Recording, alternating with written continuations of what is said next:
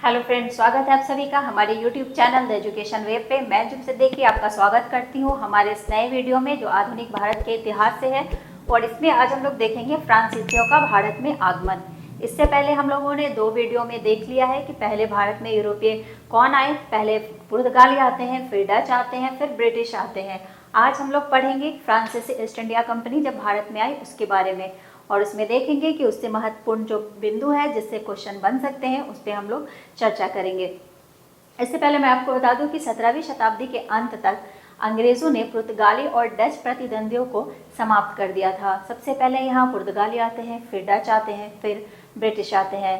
तो ये इन दोनों को 17वीं शताब्दी के अंत तक अंग्रेज़ों ने पुर्तगाली और डच प्रतिद्वंदियों को समाप्त कर दिया था भारत में। लेकिन 18वीं शताब्दी में एक नया प्रतिद्वंदी फ्रांस जो है एक नए प्रतिद्वंदी के रूप में बनकर सामने आता है। और 1668 में फ्रांसीसियों ने सूरत में पहली व्यापारिक कोठी स्थापित की। उसके बाद 1672 ईस्वी से 1713 के मध्य फ्रांसीसी जो है वो हॉलैंड के साथ लगातार युद्ध में व्यस्त रहा, जिसके कारण भारत में 1706 से 1720 की अवधि के मध्य जो है भारत में फ्रांसीसी का प्रभाव जो है वो काफ़ी कम हुआ, उसमें काफ़ी कमी आई। 1742 ईस्वी तक भारत में फ्रांसीसियों ने अपनी गतिविधियों को व्यापार तक ही केंद्रित रखा था। जो फ्रांसीसी है वो 1742 तक अपने को सिर्फ व्यापार तक सीमित रखा था। व्यापार, उसका जो ध्यान था सिर्फ केंद्रित था व्यापार तक। लेकिन 1742 के बाद उसकी नीतियों में जो है वो परिवर्तन आया और उसका उद्देश्य साम्राज्यवाद का विस्तार निर्धारित किया। उसने अपना जो उद्देश्य है वो ये निर्धारित किया कि वो साम्राज्यवाद स्थापित करेगा यहाँ पे। और 1742 में डुप्ले को फ्रांसीसी गवर्नर के रूप में नियुक्त करके भारत भेजा जाता है और उसने फ्रांसीसी व्यापार के इतिहास में एक नया अध्याय शुरुआत की भारत में। और अंग्रेज़ और फ्रांसीसी के बीच 3 युद्ध लड़े गए जो कि कर्नाटक युद्ध, प्रथम, द्वितीय और तृतीय युद्ध के नाम से जाने जाते हैं। और लास्ट में वांडीवाश की लड़ाई के साथ ही फ्रांसीसियों का यहाँ अंत हो जाता है और ब्रिटिश की जीत होती है। इस तीनों लड़ाई में ब्रिटिश की जीत होती है और फ्रांसीसी की हार होती है।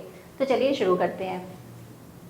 फ्रांसीसी कंपनी की स्थापना 1664 ईस्वी में लुई 14वें के शासनकाल में हुई और इस कंपनी की स्थापना कॉलबर्ट द्वारा की गई थी जो एक मंत्री था।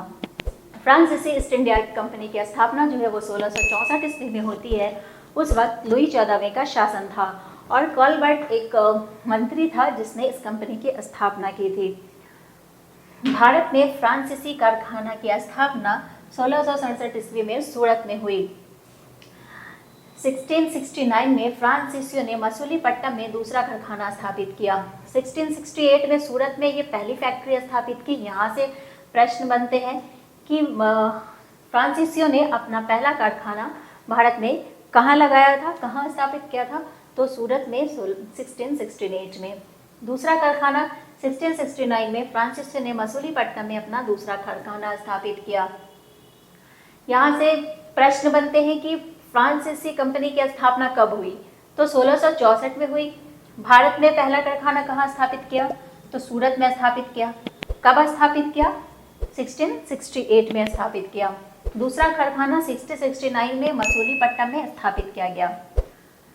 1742 में डुप्ले फ्रांसीसी गवर्नर बनकर भारत आया और उसने यहाँ के व्यापारिक इतिहास में एक नए अध्याय की शुरुआत की थी। तो डुप्ले को 1742 में भारत में गवर्नर जनरल बनाकर भेजा गया था फ्रांसीसी का। अंग्रेजों और फ्रांसीसियों के मध्य 3 युद्ध हुए जिसमें अंतिम हार फ्रांसीसियों की हुई। वो जो 3 युद्ध थे, कर्नाटक का प्रथम युद्ध, कर्नाटक द्वितीय युद्ध और कर्नाटक का तृतीय युद्ध, ये फ्रांस और अंग्रेज के बीच होते हैं जिसमें अंग्रेजों की जीत होती है और फ्रांसीसियों की हार होती है। नेक्स्ट देखते हैं प्रथम कर्नाटक युद्ध। यहाँ से इस तीनों युद्ध से प्रश्न बनते हैं। 1740 से 1748 के बीच ये युद्ध लड़ा गया था। यह युद्ध ऑस्ट्रेलियाई उत्तराधिकारी के लिए अंग्रेजों और फ्रांसीसियों के मध्य हुआ था। इस युद्ध की समाप्ति एक्सला-शापेल की संधि के साथ समाप्त हो गई। तो यहाँ से क्वेश्चन ये बनते हैं कि प्रथम कर्नाटक युद्ध जो था वो क्यों हुआ था, तो वो इसलिए हुआ था कि ऑस्ट्रियाई उत्तराधिकारी के लिए ये लड़ाई हुई थी फ्रांसीसी और अंग्रेजों के बीच। और इस युद्ध की समाप्ति किस संधि के साथ हुई थी, ये भी क्वेश्चन जो है कई बार पूछे जा चुके हैं और यहाँ से भी प्रश्न बनते हैं कि प्रथम कर्नाटक युद्ध की समाप्ति किस संधि के साथ हुई। तो एक्सला-शापेल की संधि के साथ प्रथम कर्नाटक युद्ध की समाप्ति हो गई। दूसरा कर्नाटक युद्ध जो है 1751 से 1775 के बीच लड़ा गया था और ये एक उत्तराधिकारी के युद्ध में दोनों पक्षों ने विरोधी उम्मीदवारों का समर्थन किया, इसलिए ये युद्ध लड़ा गया था। जो द्वितीय कर्नाटक युद्ध है वो उत्तराधिकारी के युद्ध के लिए लड़ा गया था। तो उत्तराधिकारी का युद्ध क्या हुआ था कि हैदराबाद में जो हैदराबाद के निज़ाम थे, निज़ामुल मुल्क आसिफ जंग, उसकी मृत्यु के पश्चात उसके दोनों बेटों में उत्तराधिकारी के लिए युद्ध होता है, मुजफ्फर जंग और नासिर जंग में। तो मुजफ्फर जंग और नासिर जंग जो है वो निज़ामुल मुल्क आसिफ जंग का बेटा रहता है और आसिफ जंग के मृत्यु के बाद दोनों भाइयों में सत्ता के लिए उत्तराधिकारी का युद्ध छिड़ जाता है। ठीक उसी समय कर्नाटक में नवाब अनवरुद्दीन और उसके भूतपूर्व जो नवाब थे दोस्त अली, उसके दामाद चंदा साहब के बीच भी इसी प्रकार का संघर्ष होता है। तो अब इन दोनों संघर्षों के बीच में अंग्रेज और फ्रांसीसियों ने फ़ायदा उठाया। इन लोगों ने उसमें बढ़ चढ़ के हिस्सा लिया। जहां एक तरफ अंग्रेज़ों ने हैदराबाद में नासिर जंग का साथ दिया, तो वहीं अंग्रेज़ों ने कर्नाटक में उसने अनवरुद्दीन का साथ दिया और जो फ्रांसीसी थे उन्होंने हैदराबाद में मुजफ्फर जंग का साथ दिया और कर्नाटक में चंदा साहब का साथ दिया। परिणाम ये हुआ कि अंग्रेज़ और जो फ्रांसीसी थे वो आपस में भिड़ गए, उनका संघर्ष हो गया आपस में और परिणाम हुआ द्वितीय कर्नाटक युद्ध। तो ये उत्तराधिकारी के युद्ध के लिए उत्तराधिकारी के लिए जो संघर्ष हुए थे उसका परिणाम था द्वितीय कर्नाटक युद्ध, जो फ्रांसीसी और ब्रिटिश के बीच लड़ा गया था।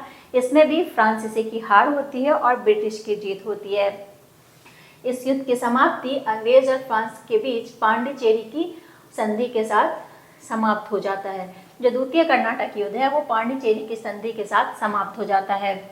और ये हुआ क्यों था, तो उत्तराधिकारी के युद्ध हो रहा था, जिसमें ये इन दोनों ने विरोधियों का समर्थन किया, जिसकी वजह से ये आपस में ही भिड़ गए और इसका परिणाम द्वितीय कर्नाटक युद्ध हुआ। अब देखते हैं तृतीय कर्नाटक युद्ध। 1758 से 1763 के बीच ये युद्ध लड़ा गया था, अथवा इसे मांडीवाश का युद्ध के नाम से भी जाना जाता है। मांडीवाश के नाम से युद्ध के नाम से इसलिए जाना जाता है क्योंकि मांडीवाश नामक स्थान पर फ्रांसीसियों को अंग्रेज़ों ने हराया था और इसी के साथ फ्रांसीसियों का यहाँ पे समापन हो गया था भारत में। तो तृतीय कर्नाटक युद्ध अथवा मांडीवाश का युद्ध मुख्य रूप से ब्रिटिश ईस्ट इंडिया कंपनी और फ्रांसीसी ईस्ट इंडिया कंपनी के बीच क्षेत्रीय विवाद था। ये जो तृतीय कर्नाटक युद्ध था ये इन दोनों के बीच में एक आपसी विवाद था, क्षेत्रीय एक विवाद था। अंग्रेजी सेना ने फ्रांसीसी सेना को तमिलनाडु की वांडीवाश नामक स्थान पर पराजित किया, इसीलिए इस युद्ध को वांडीवाश के युद्ध के नाम से भी जाना जाता है।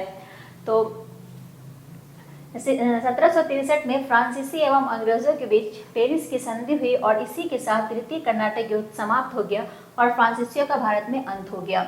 इसी तृतीय कर्नाटक युद्ध के बाद फ्रांसीसियों का जो है वो भारत में अंत हो जाता है और इसकी संधि पेरिस की संधि के साथ ये युद्ध तृतीय कर्नाटक युद्ध जो है वो पेरिस की संधि के साथ समाप्त हो जाता है और अंग्रेज़ों की यहाँ पे जीत होती है और फ्रांसीसियों की यहाँ पे हार होती है। तो यहाँ से क्वेश्चन क्या बनते हैं कि किस लड़ाई में अंग्रेज़ों ने फ्रांसीसियों को हराया था या किस लड़ाई में फ्रांसीसियों का यहाँ पे समापन हुआ था। तो ये यही वांडीवाश का युद्ध था जो अंग्रेज़ और फ्रांसीसी के बीच लड़ा गया था। जो ये वांडीवाश का युद्ध है अंग्रेज़ और फ्रांसीसी के बीच लड़ा गया था और पेरिस की संधि के बाद ये तृतीय कर्नाटक युद्ध जो है वो समाप्त हो जाता है और ब्रिटिश की जीत होती है, फ्रांसीसियों की यहाँ पे हार होती है। तो आज के लिए बस इतना ही। मिलते हैं नए वीडियो में एक नए टॉपिक के साथ। उम्मीद है आपको वीडियो पसंद आई होगी। पसंद आई है तो लाइक शेयर कमेंट ज़रूर करें। मिलते हैं नेक्स्ट वीडियो में, जब तक के लिए धन्यवाद।